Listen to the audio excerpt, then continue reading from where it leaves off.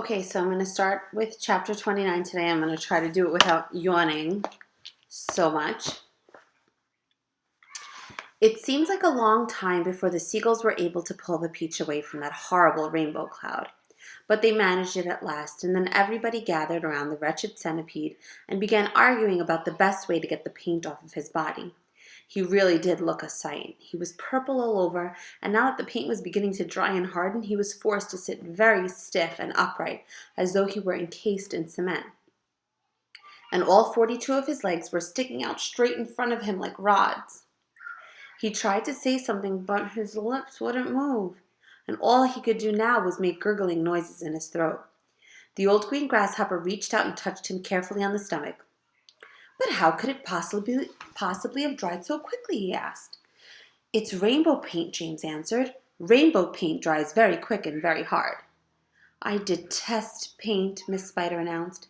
"It frightens me.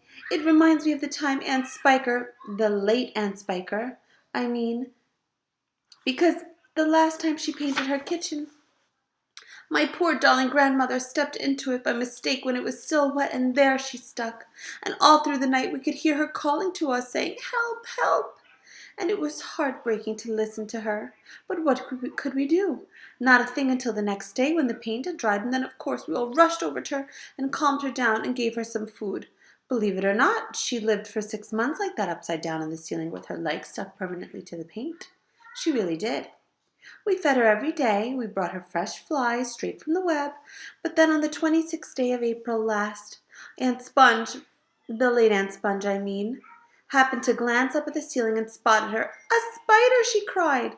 'A disgusting spider! Quick, fetch me the mop, and with the long handle,' and then, oh, it was so awful I can't bear to think of it." Miss Spider wiped away a tear and looked sadly at the centipede. "You poor thing," she murmured. "I do feel sorry for you. It'll never come off." The earthworm said brightly, "Oh, I'm sorry. It'll never come off," the earthworm said brightly. "Our centipede will never move again.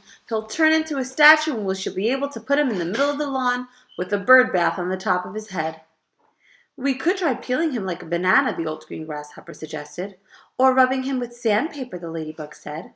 "Now if he stuck out his tongue," the earthworm said, smiling for perhaps the first time in his life. "If he stuck it out really far, then we could catch hold of it and start pulling.